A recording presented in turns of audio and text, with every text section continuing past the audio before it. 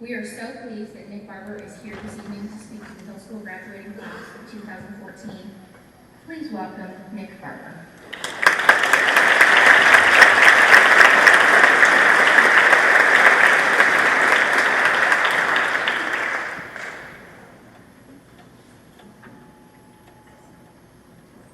Friends, teachers, administrators, and parents, welcome to the Hill School class of 2014 graduation. I want to thank all of you for inviting me here today and let you know that I'm honored to share such an amazing experience with an amazing group of students.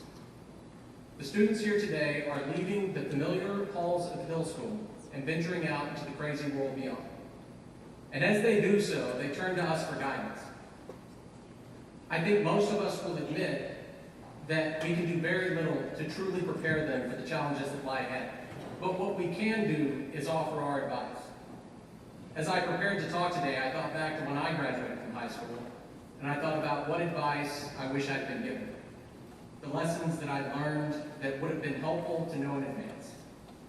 And what I think you expect me to say are some cliche taglines about be the next superstar or change the world as we know it. And to be clear, I have no doubt that many of you will indeed change the world. But that's what you expect me to say, so I'm not going to say it. Instead, I'd like to focus on the real world. The world in which most of us live most of the time. A world that, if you're lucky, will be shaped by a few core principles. These are the concepts that I'd like to talk about today. 3 rules which have guided my life and which I urge you to consider as you live yours. The principles of hard work, imperfection, and being good. I'll start with hard work. It's a concept that means different things to different people, but to me it means a lot more than just trying your best. You see, hard work is about trying your best when you don't want to. It's about trying your best when it's inconvenient and uncomfortable. In a world full of bumper stickers and status updates that tout the romantic concepts of do what you love and find your passion, and don't get me wrong, your passions, your hobbies and interests, those are extremely important. But what I would rather focus on is real life. And in the real world, we don't get to do what we love all the time. To be honest, doing only what you love, only what you want to do, that's not hard work at all, that's called selfishness. Because true character is not defined by doing what you love, it is defined by doing what's important to you and those that you care about, whether you enjoy doing those things or not. Hard work is about a new mom waking up in the middle of the night to soothe a crying baby. It is about a family man that commutes 2 hours to work 6 days a week because it's the best job he could find for him and his family. It's about a college student that stays up late after work to study for a math test, despite the fact that I doubt most of you love math. Hard work, good and honorable work, is about sacrifice. Sacrificing the immediate reward of what you want to do what is right. Like most of us, I learned these lessons the hard way. When I was your age, I focused, unlike many of you, on not doing hard work and sacrifice, but spending my time hanging out, having fun, and I made some selfish decisions. I eventually found myself out of school, no car, no job, and essentially no future. That year I made a decision to change my life, a decision to stop focusing on what was convenient or comfortable, and to instead focus on what was right, to focus on hard work and sacrifice. And I'll be the first to admit that doing what is right isn't always fun. At the time, I was living in McKinney, going to a nearby community college. I took a full-time job at the closest job I could find that would allow me to go to school full-time and work full-time.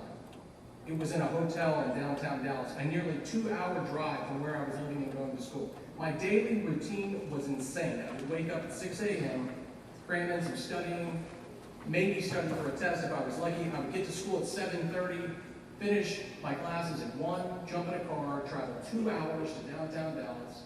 I would work the night shift from 3 to 11, leave my job at 11, get home after midnight, study some more, maybe get some studying in, pass out, wake up the next morning at 6 a.m. to do it all over again. That was my routine for nearly 2 years. 4 to 5 hours of sleep, followed by an endless relay of school and work. No time left for anything, not a spare minute for friends or a social life, or even to eat. Just a daily routine of hard work. Those 2 years completely changed my life. I learned, and you will learn, that you can do almost anything if you set your mind to it. And not in some cliche way, I mean you can really do anything if you set your mind to it. If you are methodical and diligent, if you make a plan and stick to it, you can do it. Now I know this doesn't sound exciting, it doesn't sound romantic, but I promise you that it works.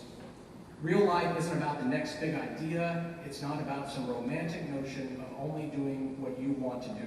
It is about committing yourself to hard work and doing what's right.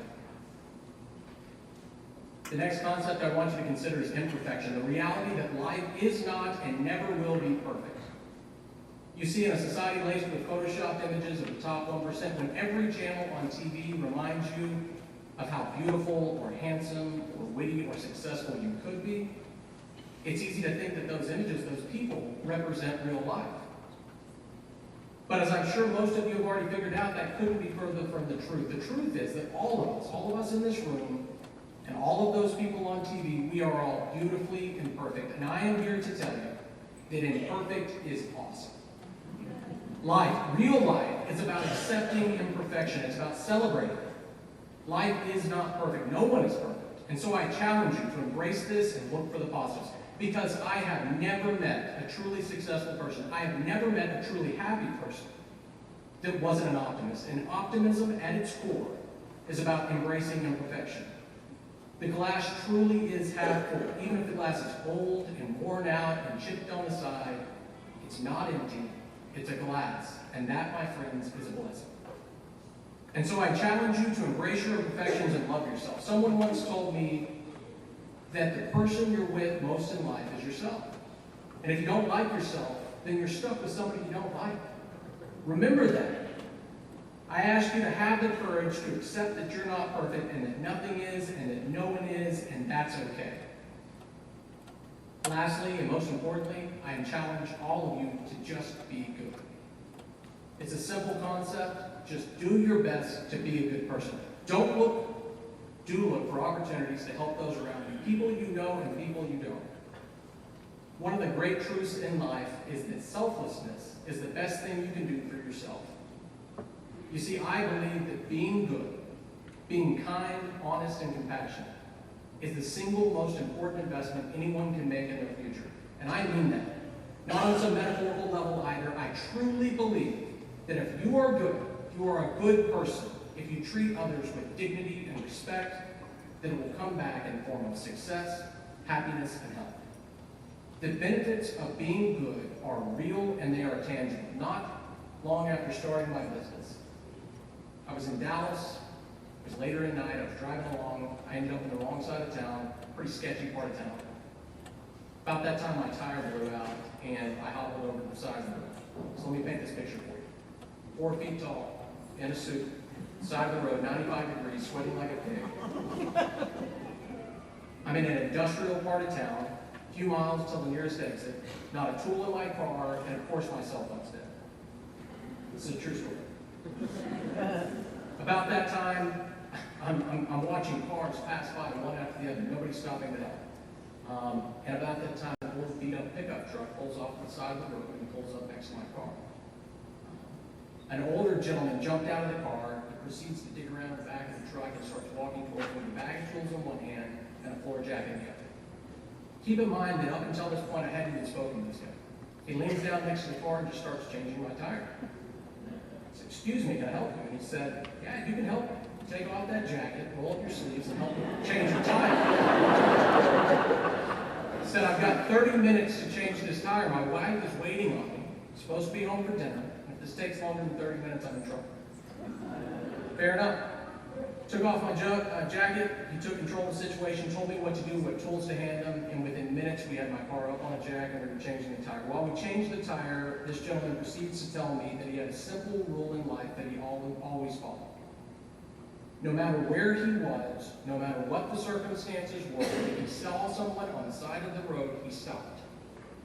The back of his truck was filled with tools and all sorts of ropes and bags to accomplish this mission. He told me that in a typical day, he would stop at least once, but sometimes 2, 3, 4 times a day to help people on the side of the road. This guy was a machine. He was efficient because he knew he probably had to stop one more time before he got home. This concept completely blew me away. I was overwhelmed. This man refused to pass a car in trouble. He stopped every time without exception. I tried to offer him some money, and he looked at me confused and said, "I do not do this for the money. I do it because it's the right thing to do." He explained that since he had started helping broken down cars, he was happier, his marriage was stronger, his bills were paid. He said that he wasn't changing my tire to help me, that it was for him, for his own happiness, his own success.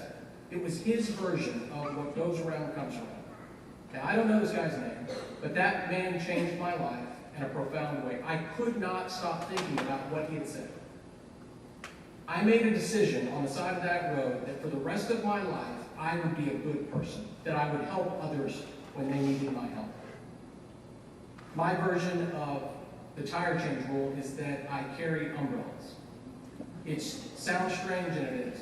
I buy lots of cheap umbrellas. In Walmart, I look for them on sale, and I load up the back of my car with umbrellas. On rainy days, I look for people that are outside in the rain, caught unexpectedly. I stop and hand them an umbrella. I cannot tell you how great it makes me feel to stop, roll down my window, and hand somebody an umbrella that's getting rained on. They're shocked. They want to know if they should mail it back to me. I say, I got it on sale. Those umbrellas make me feel great, and more importantly, they make my business successful. I truly believe that the benefits of being good are real and they are tangible. I live my life by this rule, and it doesn't matter what the circumstances are or who's watching. You do what's right because it's right. And I promise you that you will have a happier life as a result. I'd like to end today by pointing out that all of you are incredibly lucky to have such an amazing group of friends and family that helped you get here today. And you need to know that that support network does not end today. All of us will continue to support you as you move forward. I encourage you to use that support. And I ask you to remember what we spoke about today. Work hard, embrace your imperfections, be a good person, and always bring it on. Thank you.